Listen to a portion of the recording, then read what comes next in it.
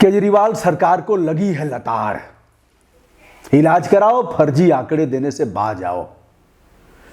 Gallery में मरीजों के वार्ड में पार्थिव शरीरें पड़ी हुई हैं, फिर भी दावा कर रहे हो कि बेहतर इलाज हो रहा है। पार्थिव शरीरों का भी अधिकार है, मौलिक अधिकार है, उनके साथ अपमान की स्थिति पैदा नहीं की जा सकती। जी हाँ, कल के दिन ही माननीय सर्वोच्च न्यायालय के 3 जजों की खंडपीठ ने दिल्ली के केजरीवाल सरकार को लताड़ लगाई है। यह है न्यायमूर्ति अशोक भूषण, संजय किशन कौल और एम.आर. शाह। अगली सुनवाई होनी है जिसमें 17 जून को जवाब मांगा गया है। जवाब मांगा गया है दिल्ली सरकार से, उसके अलावा महाराष्ट्र, पश्चिम बंगाल व तमिलनाडु को भी नोटिस जारी करके पूछा गया है कि आपने स्वास्थ्य सेवाओं के बारे में बेहतर क्या किया है।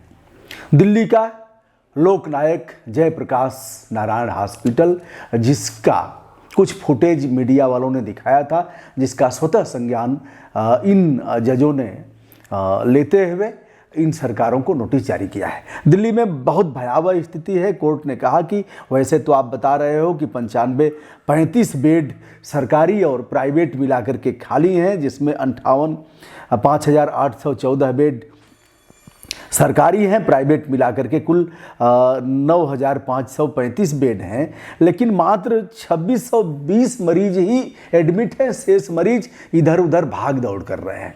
कहीं पार्थिव शरीर कूड़ा में पाया जा रहा है, कहीं परिजनों को उसकी सूचना नहीं दी जा रही है, कहीं दाह संस्कार ऐसे ही हो जा रहा है, उनका रख रखाव ठीक से नहीं है। यह सब हो क्या रहा है? स्वास्थ्य कर्मियों की उपयुक्त व्यवस्था नहीं की गई है। मरीज चिल्ला रहे हैं, मरीज अपने बेड से रो रहे हैं, बचाओ बचाओ। न उन्हें दवा मिल रही है, न उन्हें संसाधन मिल रहे हैं, न उन्हें वेंटिलेटर और अन्य चिकित्सीय सुविधाओं का लाभ मिल रहा है। यह सब हो क्या रहा है? कोर्ट ने इस प्रकार की टिप्पणी किया है। दोस्तों, सुधरो सुधारो वरना कुर्सी छोड़ो। हम लोग भारत परिषद संगठन में श्री न्यायमूर्ति चंद्रभूषण पांडे जी के नेतृत्व में एक नारा लगाते थे, सुधरो सुधारो वरना कुर्सी छोड़ो।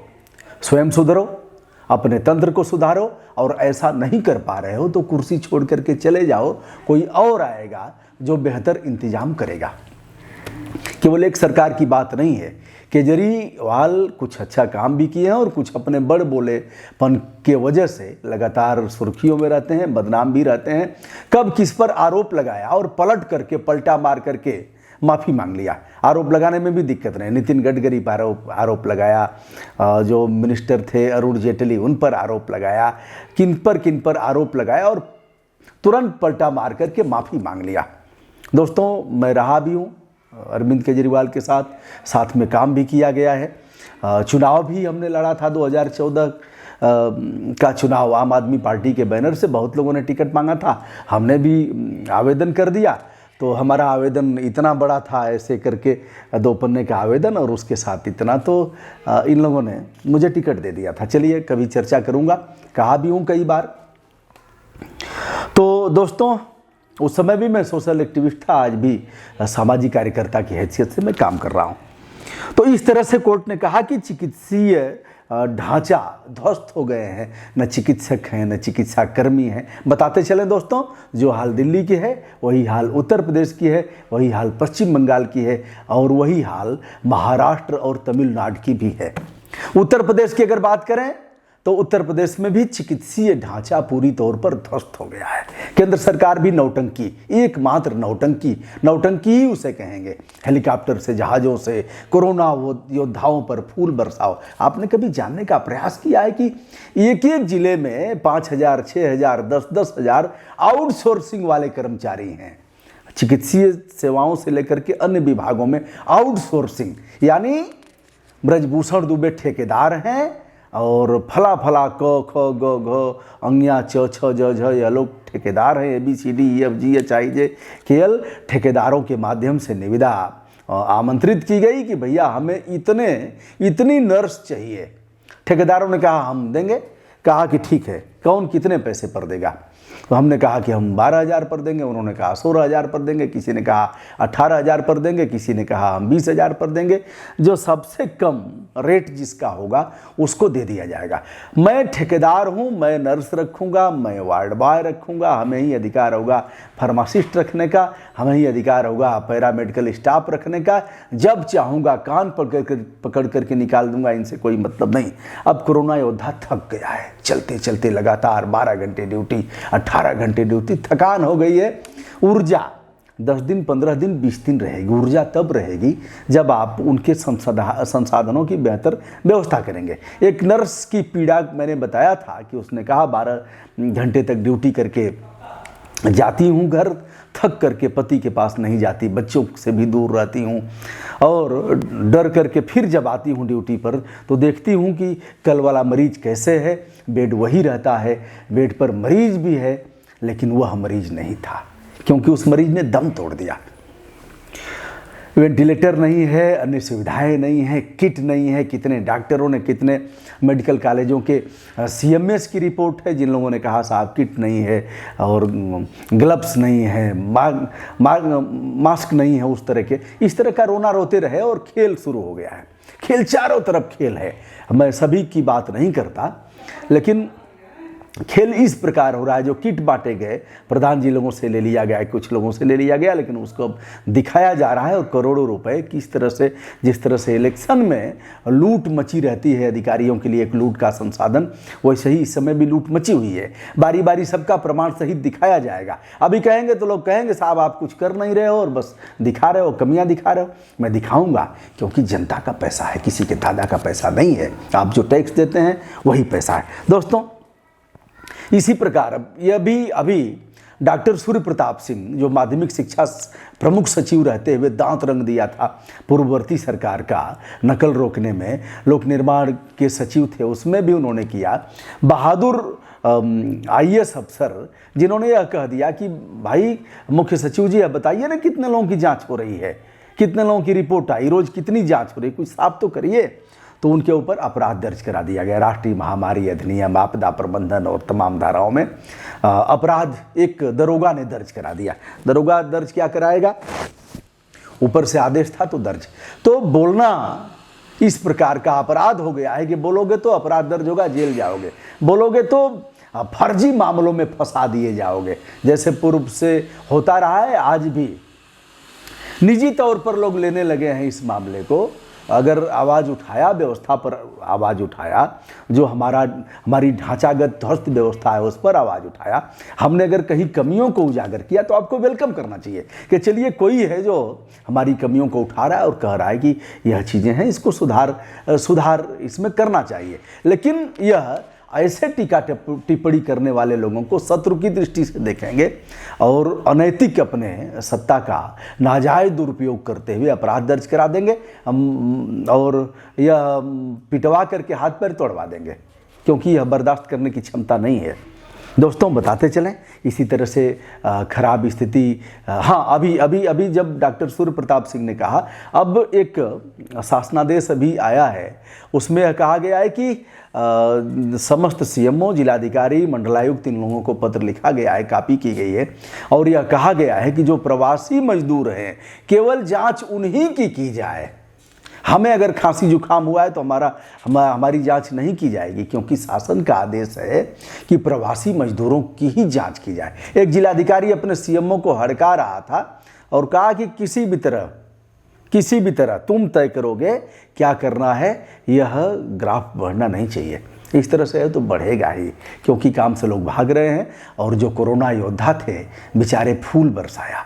आवश्यकता, एक घटना याद आ गई है। एक शासक के पास जीर्ण शीर्ण अवस्था में एक बूढ़ा व्यक्ति गया, जिसके गाल धंस गए हैं, पेट धंसा हुआ है, आंखें ऐसे हुई हैं, और राजा के पास गया। राजा ने पूछा, बताओ क्या चाहिए, बताओ, जिसकी आवश्यकता होगी उसकी पूर्ति कर दूंगा। हे फकीर, जब तुम आ ही गए हो तो बताओ क्या चाहिए। सब चुप हैं। सलाहकार 11 की टीम सही बात नहीं बताएगी। टीम 11 पर उन्होंने आरोप लगाया था doctor SP Singh, doctor Surya Pratap Singh ने आरोप लगाया था, अपराध दर्ज हो गया। तो टीम 11 सही बात नहीं बताएगी, कहेगी जी जी जी महाराज जी, जी जी जी sir sir sir sir sir sir बिल्कुल सही कह रहे हैं। सर को कहा, सर तो समझेंगे कि ऐसा सब चांदी और सोने की कटोरी में सभी दूध भात खा रहे हैं, प्रजा अमन चैन से है।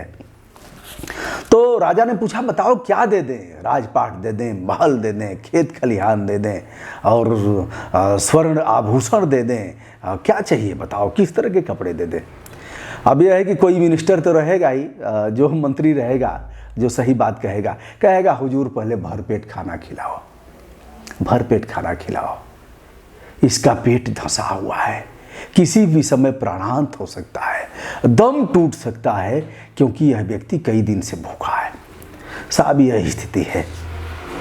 अब आप फूल की बारिश कराओगे, हेलीकॉप्टर और तुम्हारे तमाम विमान फूल की बारिश करेंगे, यह नहीं देखोगे कि 12,000 आउटसोर्सिंग का जो कर्मचारी है 12,000 मिल रहा है, 4 महीने से उसका वेतन नहीं मिला हुआ है, इसका ध्यान नहीं दोगे।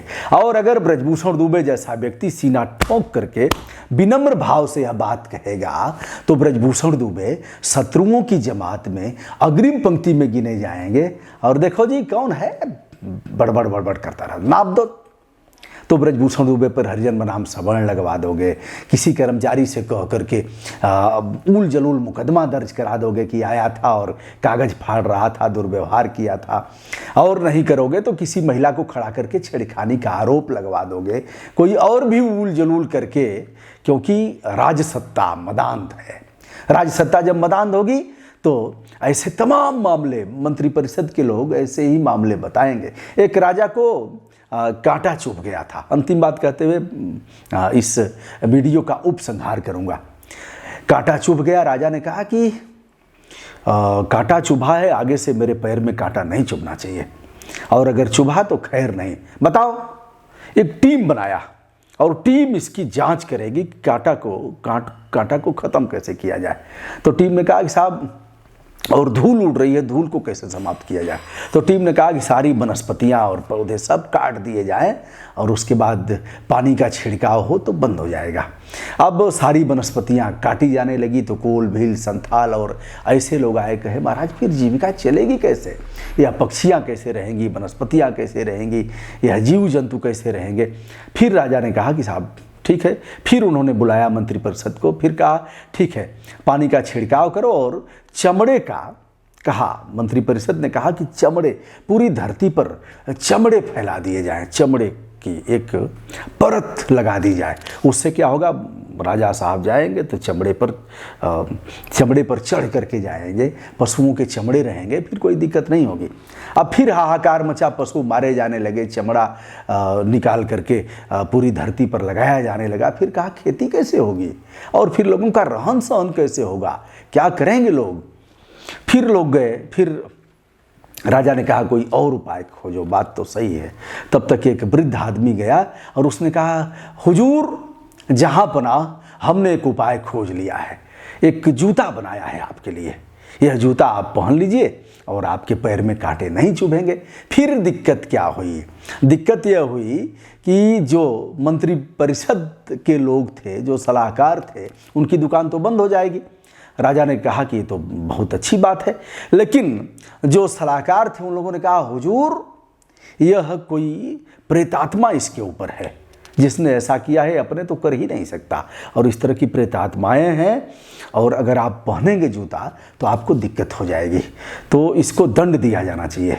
फिर राजा ने उसको सूली पर चढ़ा दिया। साहब ऐसे ऐसे है, तो जो सही बात बताएगा कहेगा एक जूता पहन लीजिए साहब, ठीक हो जाएगा, कोई दिक्कत नहीं। अंधकार को ना धिक्कारें, एक छोटा सा दीप चलाएं। तो जो इस तरह की बात कहेगा उसको यह सब मिल करके शत्रु घोषित कर देंगे और फांसी पर चढ़वा देंगे।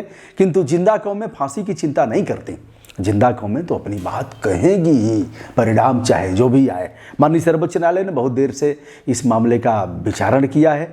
बताते चलें, पिछले साल हम बिहार में गए थे, मुजफ्फरपुर में, हमने दिखाया था वहाँ किस तरह से चमकी बुखार से सैकड़ों मर गए थे, फिर भी वैसे ही साफ जाम पड़ा है, नालियाँ वैसे ही बह रही हैं, पानी वैसे ही टपक रहा है, कहीं कोई सुधार नहीं। और केंद्रीय टीम आई हुई है साहब, तो वहाँ मैंने जाकर के दिखाया था। जिन लोगों ने नहीं देखा है वो लोग अभी भी उस वीडियो को देख सकते हैं। यह साहब कागज़ में खेल चलेगा, कागज़ों में बेहतरी और मौके पर होगी किरकिरी।